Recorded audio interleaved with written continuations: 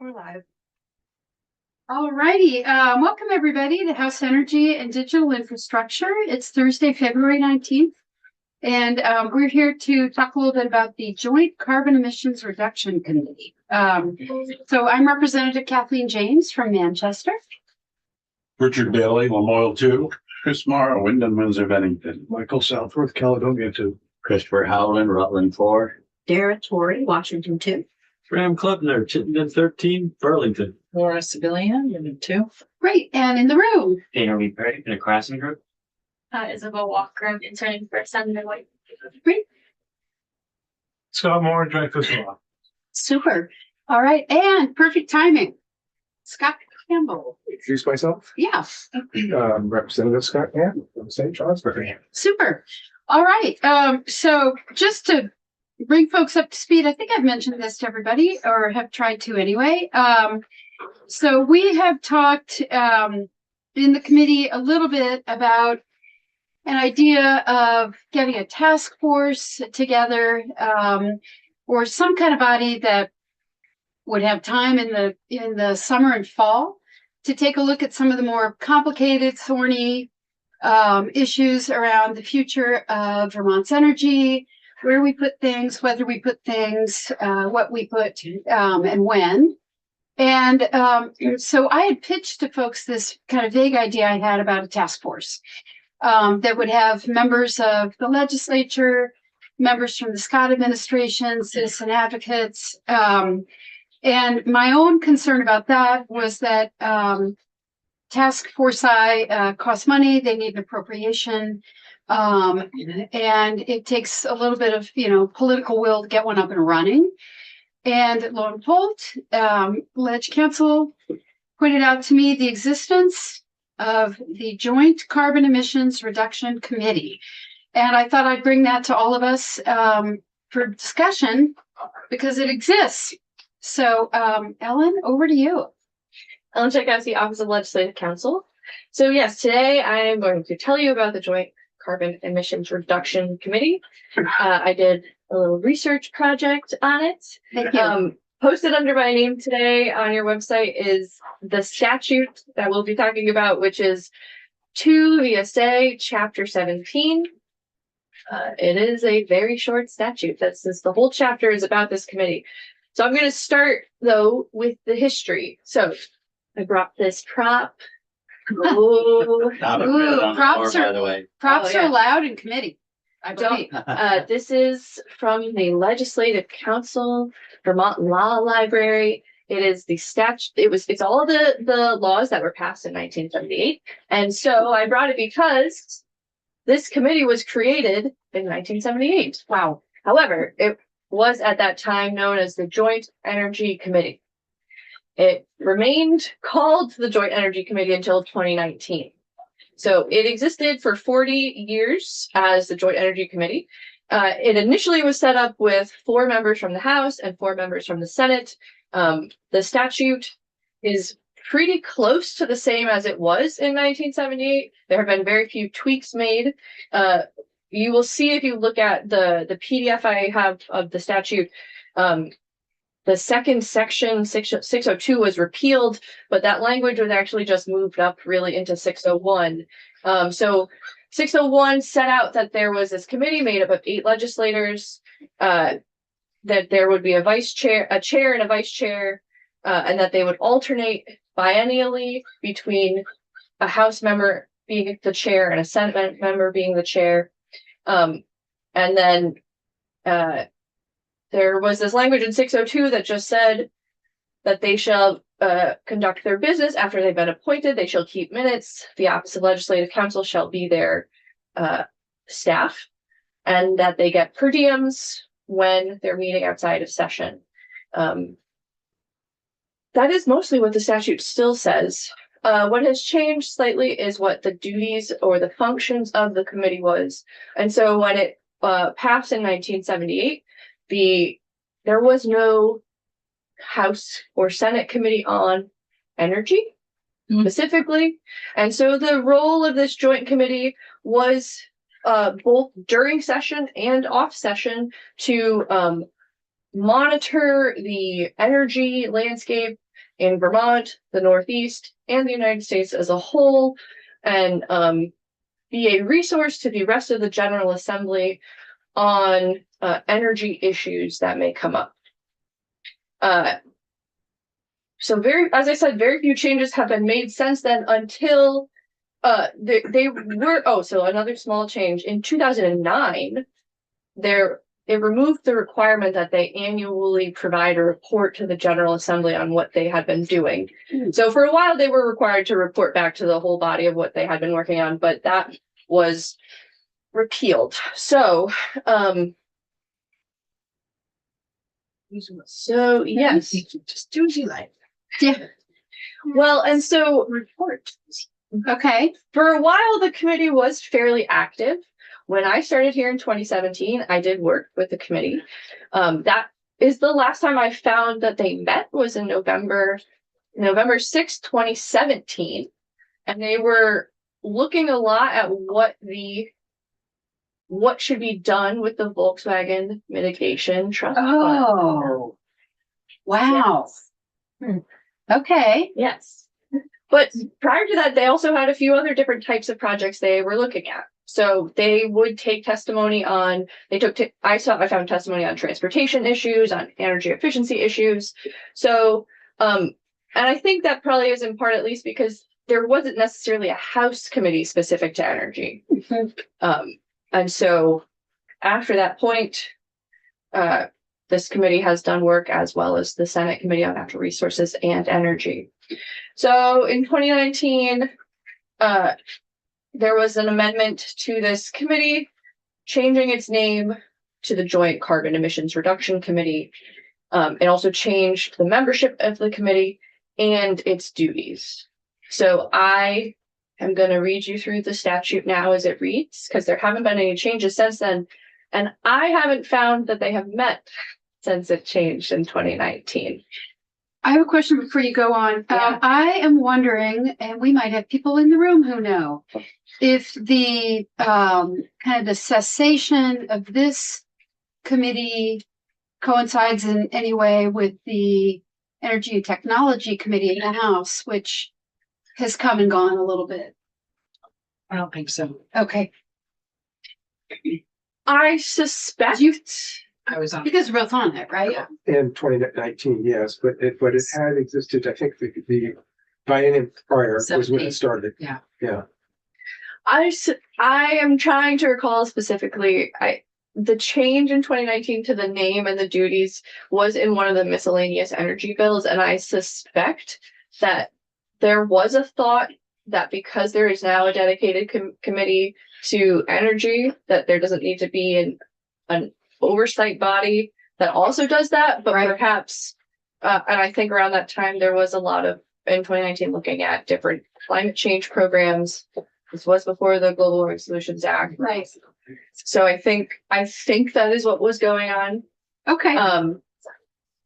And I think there was an idea about how this committee was going to be used, but I don't actually think it ever has happened. Okay. So just pretty quickly, so 2 VSA 601, the creation of the committee, Joint Carbon Emissions Reduction Committee, whose membership shall be appointed each biennial session of the General Assembly. Committee shall consist of 5 representatives with the following committees as membership. So it's Committee on Appropriations, Commerce and Economic Development, on Environment, and on Transportation, to be appointed by the Speaker, and 5 members from the Senate. Again, Committee on Appropriations, Finance, Natural Resources and Energy, and on Transportation, to be appointed by the Committee on Committees. Prior to 2019, it had just said 4 members from the House, 4 members from the Senate, with at least 1 member from each major political party. So it had not prescribed which committees. Yep. Subsection B, they shall elect a chair and vice chair.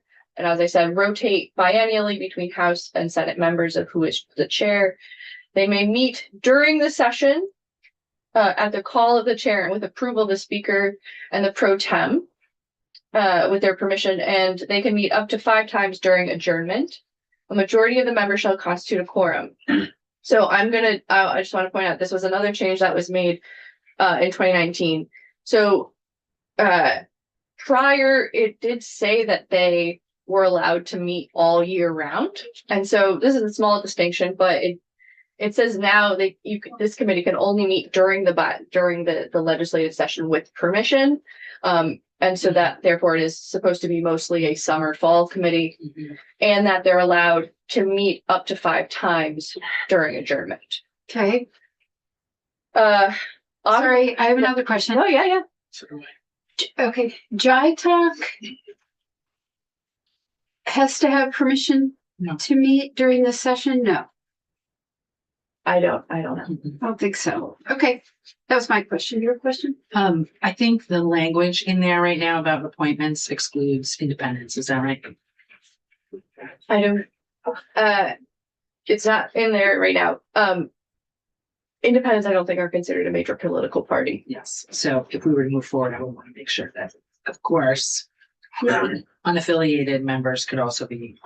Yeah, where does it say in there now? It The doesn't. political does party. I was reading from that. Okay, stuff. Yeah. so the political party is not Not in there now. So Yeah. it would not, an independent would not be constrained from being on there now. Right? Right. Okay, because yeah, that's important. Obviously, that it not be confined to just major parties. Okay, Subsection C, the Office of Legislative Counsel and Office of Legislative Operations. I don't know. I do not believe the Office of Legislative Operations still exists, so this will need to be changed. Shall provide legal, professional, administrative assistance to the committee. For attendance at a meeting when the General Assembly is not in session, members from the committee shall be entitled to the same per diem compensation and expense reimbursement as provided to members of a standing committee pursuant to section 23. So small flag here. So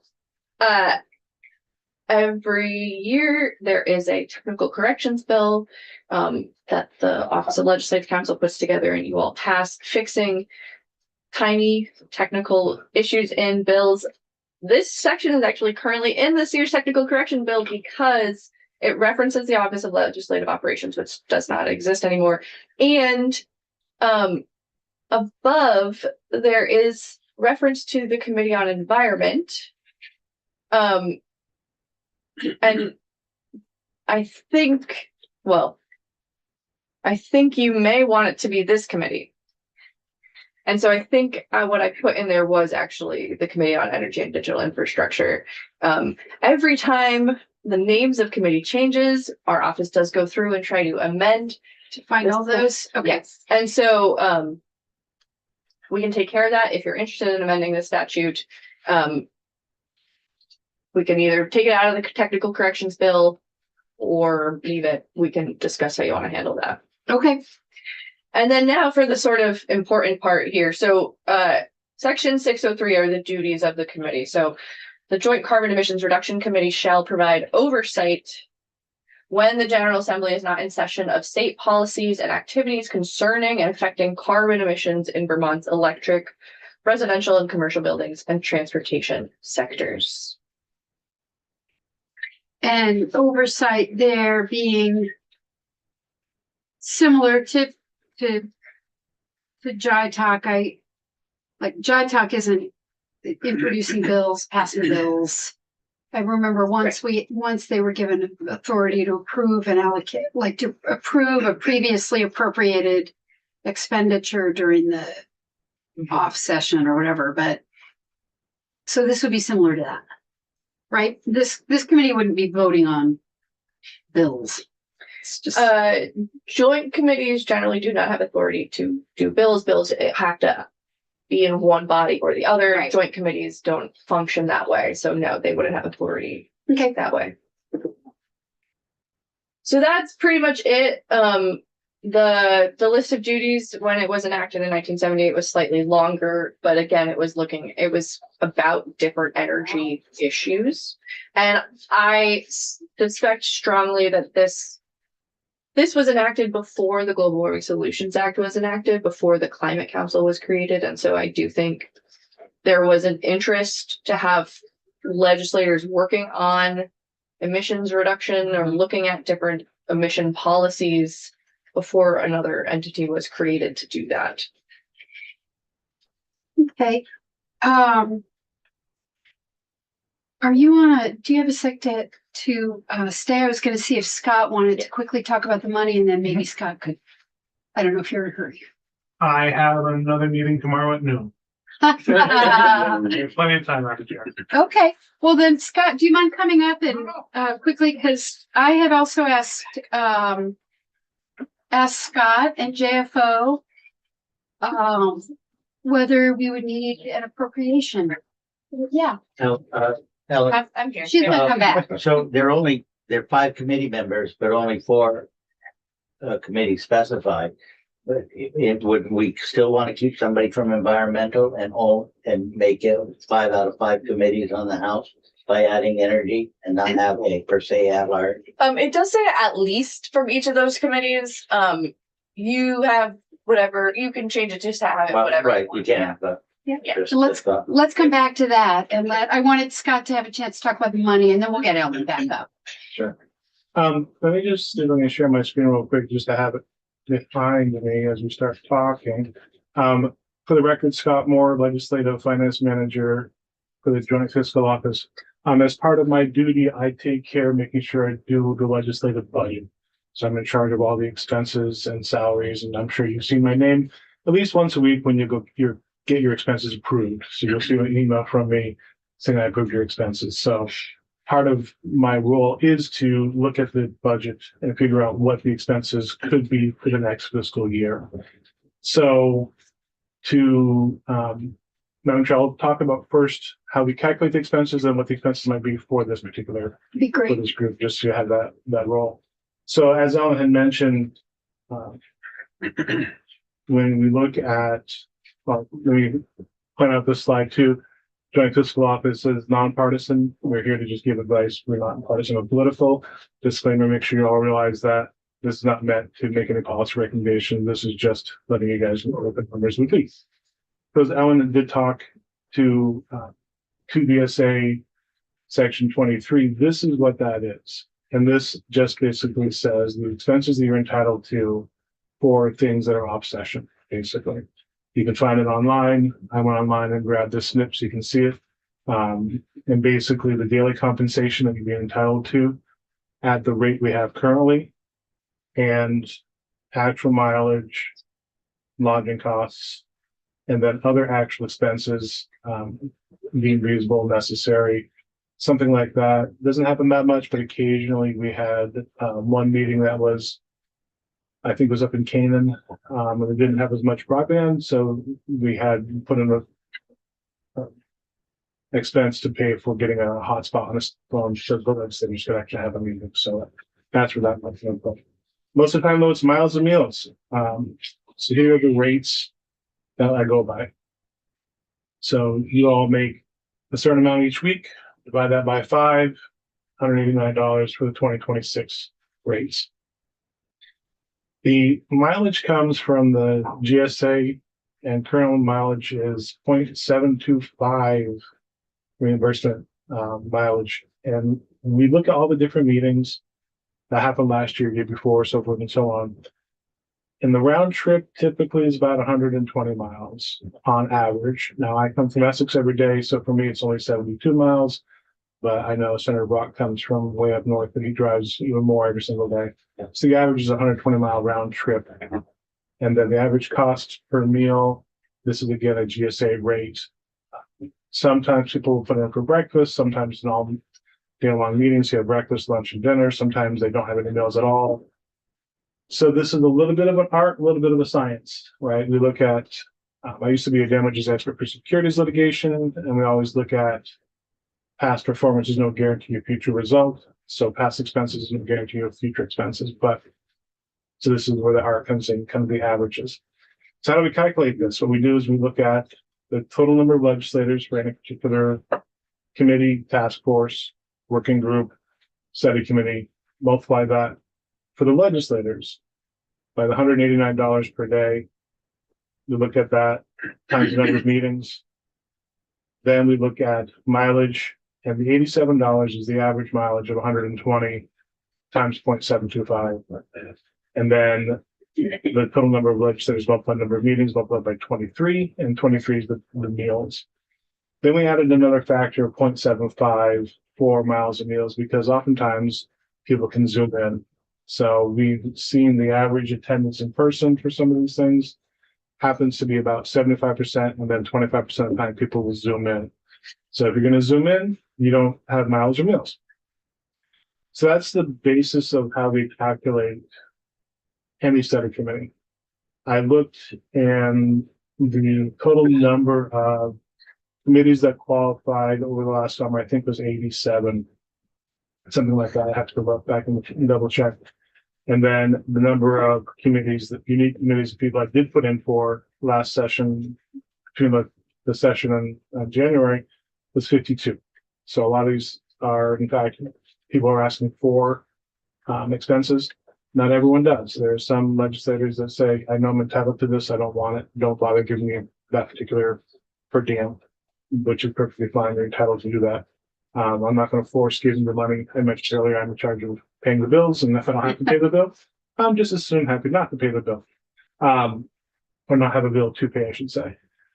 So that in mind, looking at the current statute for this committee with 10 total legislators and 5 meetings, I came up with about $13,500, give or take, for the cost of this committee if we had 10 members that came for up to 5 meetings.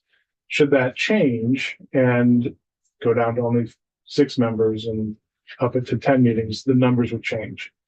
We have a calculator at the Joint Fiscal Office where we plug it in. And if you want, I'm going to stop sharing this, and this is should be on your page. If anybody's interested, I could do math in public, which we never try to do. But I have a calculator up and ready that we can actually look at. So if we wanted to see what the total costs might be, I'm happy to do that. But What was the number you came up with again? for 13.5. 13.5. Yeah. Okay. and that's an estimate. It is, Right. I don't know. Not everybody's going to put in for a meal. 13,576 to be exact. Okay. Right. And we changed that to only 8 meetings and 3 legislators. Just change all those numbers. Yeah. But And you said that assumes that everybody's attending in person, right? Putting in their mileage. well, that doesn't include that 75 factor, 75%. Yeah. So that Oh, right. Okay. 13,500 doesn't Gotcha. include that. Yeah. Okay. So we talk about any questions on that before I go on to the budget, the money in the budget. Mm-mm. When we look at how we budget, the short answer is yes, there's money we budget for these things because we know there are, 80 to 100 different meetings that are committees that are potentially going to meet. So that's a short answer. The long answer is it's one big bucket.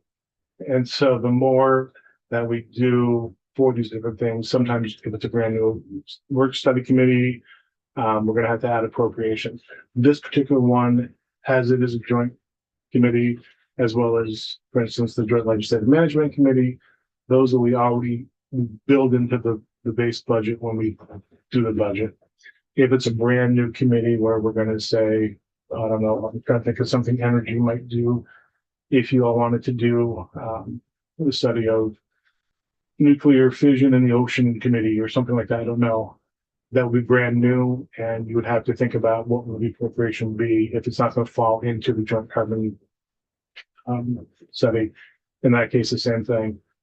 $189 per day per legislator per meeting, and plus the mileage and meals. So that could vary.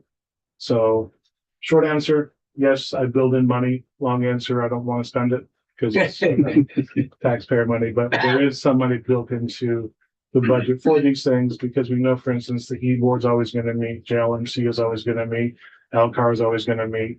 So we know there's some meetings that are going to happen all the time, no matter what. Any questions about how we get to where we got? I don't think so. Anybody have questions? Money questions, because I definitely have questions for As long as you all put your expenses in every Friday, Mhm. you're good in my book. Awesome. Bad problem. All right, do folks have questions about the money part of it? So that this is sloshing around in the base budget. Yeah, there's money in there that would go toward this. We wouldn't have to appropriate specific money for this particular committee, but I would estimate 13.5, the way it is currently built. That could change depending upon if you change the membership and the number of meetings, that kind of stuff. Okay. Did you have your hand up? Okay. Wonderful. All right. Thank you so much for being here. I do have I'm- questions for Ellen and other folks. I'm happy to hang. Great. That'd be super. Something- Thank you.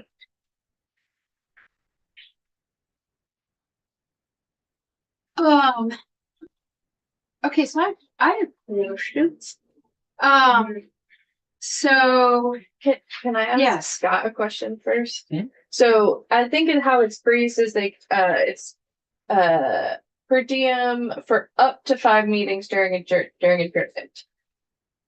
That means so that they could, meet more and just not get paid. If it's during the session, they could meet, they wouldn't get a special per diem, it would be Oh. considered part of their salary today. Right. So if they had a meeting this afternoon. Yep. They But- can pay for this week. But off session, if we had language like that, like I'm not sure if they're gonna wanna set number of meetings off session where the per diems would qualify. Yep, it's the off session per diems, it's that $189 per legislator per meeting. And so I do think I have had instances where committees need to finish something, but they've used all their meetings Money. up. And then, yeah, you do try to Zoom or something because that money has been accounted for, but you're allowed to still meet if you have work to do. So that's just a small clarification without getting the per diems. okay. Alrighty. So I have a bunch of questions and I'm sure other folks do too. So, would it be helpful or, cause I did not take time to do this ahead of time. Do we try to bring consistency to how joint committees are set up and structured? Like, should we look at JITOC, for example, and be like, okay, JITOC is this?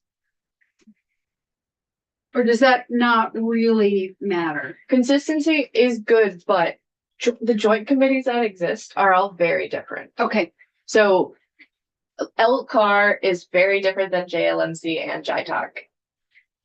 okay, And so usually these are for like very special specific purposes. And so I don't think they necessarily have to, but you can look at other statutes to see how they've done things. You know, like one example is like the prior statute did say like 4 members from the House with at least one political party, but it now says, 5 members and it lists the specific committees. You have options if you want to look to other statutes and how they do it. You can, you don't have to. okay.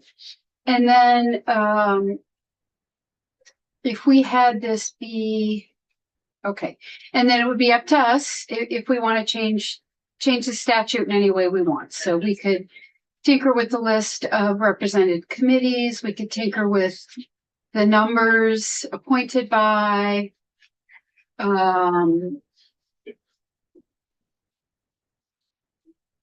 okay.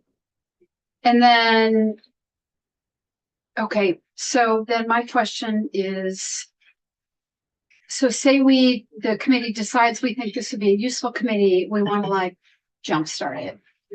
So we do a committee bill, bring this to the floor, try to push it on through the Senate and have it be effective on passage. Because the goal would be, I see that new members are appointed every biennium. Obviously, the goal would be, or at least in my mind, the goal is that we get members appointed and they're meeting this coming summer and fall. So we could do effective on passage. Wouldn't have to be like effective July 1 or whatever. Okay. And then, And you could also include in session law the directive to the appointing bodies to make appointments by a certain day. Yes. okay. Because I noticed there are 2 people on this committee Yes. and not sure how that happened. Yeah. Okay. But there are 2 people already on there. Yeah. And that's it.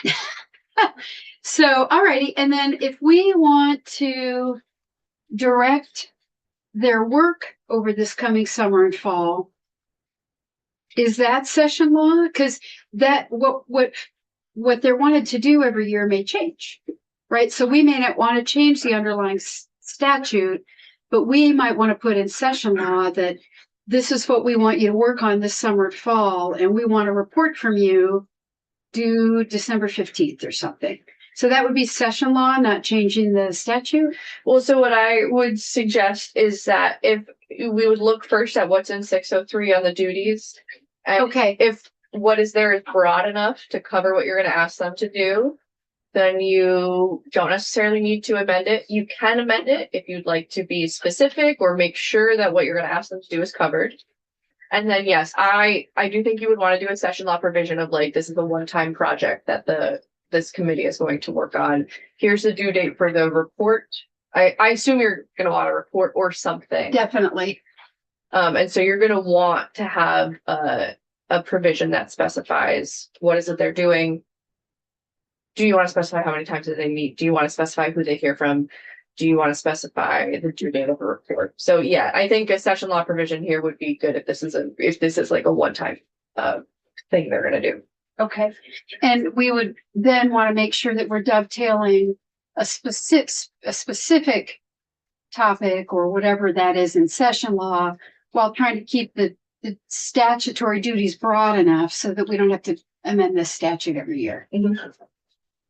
Okay. Those are my questions. Do folks have questions for Ellen? Yeah, well, I have a question about where technical updates to the statute would be made. Would that be something that we do in this committee, or is that something that's handled elsewhere? Well, so if this section is in the technical corrections bill that GovOps has, but if you're going to work on a bill based on this, we can just do that in whatever bill you have. Okay. Yeah. Okay. So we would have our own bill. Yeah. And then would that have to go to GovOps? No. Okay. Okay. Obviously, we would give them a heads up, but I'm just. Yeah, you would depending on the timing of this, there may need to be a floor amendment to remove that section. That's it. Okay. From GovOps. Yeah. Yeah. I was just thinking of if our committee is interested in doing this, obviously we need to move it for crossover. So what do folks think? Because we can get this scheduled. I don't really think we need to have witnesses. I think this is just committee conversation type stuff. And we could certainly make time for it. I know I'd love to. I think we should do it, but I want to make sure everybody's on board because we're going to need to, make time for it. And what is the specific charge this committee would have this summer? Well, that's what we'd have to talk about. But one of the things that I think is, I'm interested in citing, SITING. And, I want to make sure, I started making a list of things that I think it would be really useful to have an oversight committee reporting on. And quickly I was like, oh my God, I've made it too big. So I think we would really want to think about that. But, I know there's a lot of interest in this committee on the future of nuclear power. We had a bill on the wall about, whether we should have a study committee that would look at siting in Vermont. So I don't want to, I'm trying to surface the fact that there's a lot of interest in this committee and across the legislature about, what do we do about what's the future of nuclear power and SMRs and, what's the timeline on those? Would we ever want one here? Yes, no. What are the benefits? What are the hurdles? To me, that would be important. Solar siting, wind, I don't know. Yeah. But I'm interested in siting. Yeah, Rev Southworth. Yeah, I think that we ought to somehow figure out how to put in there just looking at Vermont's energy future as a whole, including biomass, including nuclear, including solar, including wind, including whatever else is out there that we're not thinking of. So I think that's a really good idea. And that's where I started also. I got worried about the scope of the work. So I would just want to think that through as a group. I don't have a set we would just need to make sure that our charge to them isn't like, do a report on the future of energy in Vermont by December 15th. I think we would need to be more focused, like procure, like where we buy, where we buy it, maybe, or I don't know the answer, but I think that's a really important point. Well, another thing that we talked about is in relation to H716 and how complicated it is to try to tweak this or that element of net metering and how it sort of gets into batteries and all of that. That's another big topic that maybe we could ask the joint committee to look at. And maybe the role of the joint committee is to resolve these things, but to vet nuclear and net metering, sort of the future of net metering, vet those things, do some testimony that we haven't had time to do, and vet those things and make some recommendation for legislation for next session. Yeah, I definitely had in mind that they would do recommendations recommendations would be the most useful. I've only been on one of these committees for one summer. So all I have is this past summer's worth of JITALK. And we met like maybe 6 times, all day meetings, and it went so fast. And we didn't even have to write a report. So that's my only like caution about this, is that I think we should be really thoughtful. If we want good work delivered to us in December, I think we need to deliver a very clear and concrete assignment, because the JITALK time went like that. There were no report or recommendations. It was more like oversight. So we had all these hearings about, let's learn about this, let's hear about this. It was more bringing people in to be like, hey, we're still on this. And even that just flew by like mists in the wind. And we didn't even have to try to allow time for other summer committees I've been on. 2 full meetings were dedicated just to reviewing the report, talking about the report, revising the report, voting on the report, drafting the report. So we're going to have to, that's the one thing we really need to think about, so that this is not just a waste of time. Who's already on? Representative Karis Duncan and Representative Kaczynska.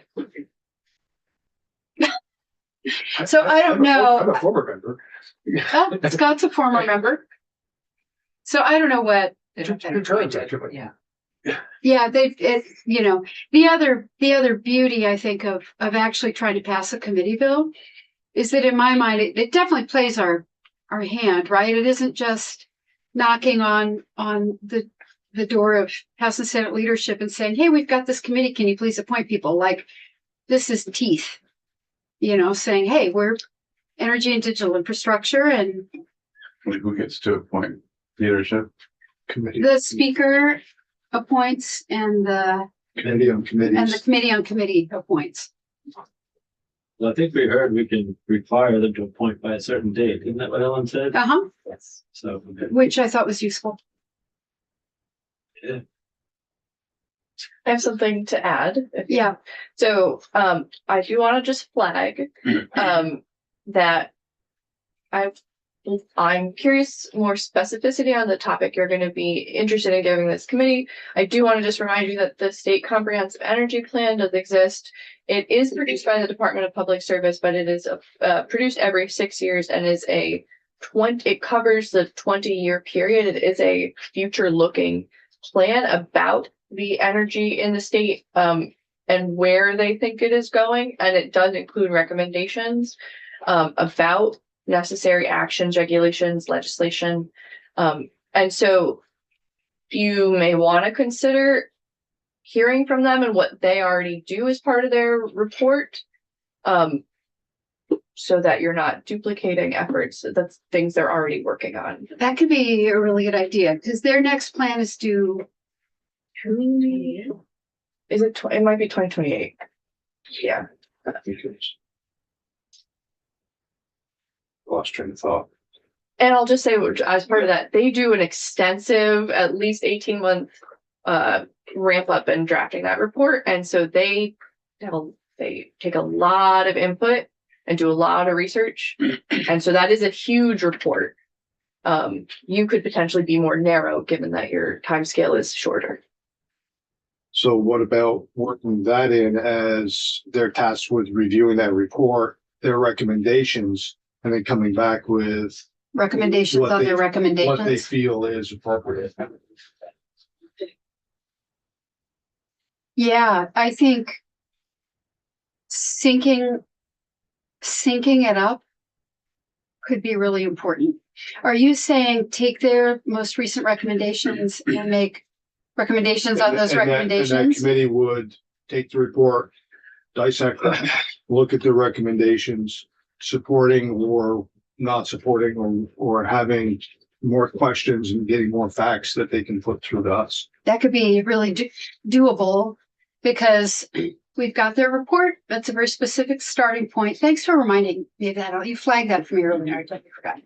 So we take their recommendations, and the charge is basically like, hey, we're not going to have an update on this until 2020, when? 8?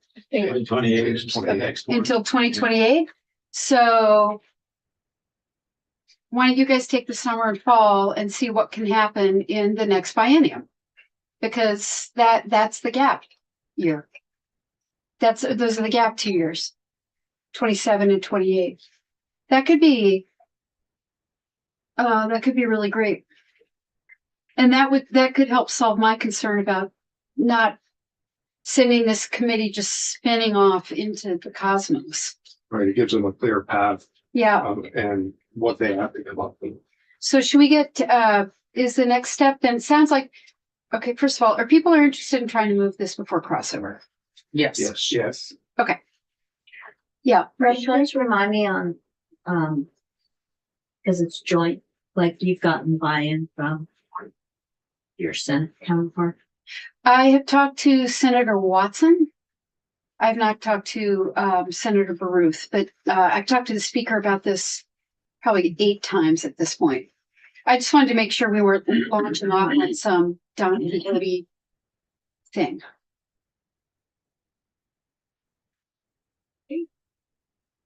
Okay, so I think we need to hear testimony from the department then.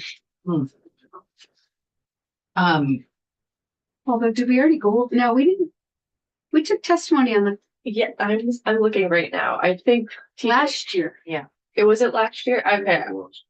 I'm looking quickly to see. I wasn't sure if you got a presentation from TJ at the beginning of this I think it was year. last year. Okay. On the comprehensive energy plan, what their recommendations in it were. So, Yeah. I have a question for Representative Southworth, actually. So do you understand this, and maybe Helen too, to be a charge, which sounds good to me, but that would have the committee be able to think about nuclear, biomass, and wind, the future of those in the state? Holistically look at energy for the state. So that's your understanding That's of what my- this charge would, Yes. okay. And Ellen, do you think that is what that charge would do, We left out solar. Well, and you haven't put any words on the page yet. or And hydro? so I mean, I think you can, so those are all topics that are covered in the last comprehensive energy plan. nuclear? Yeah, nuclear's in there. Okay. So, I mean, and when you have me draft the charge, you can be as specific as you'd like. Okay, thank you. Okay, well, that was interesting. Alrighty, so if folks don't have questions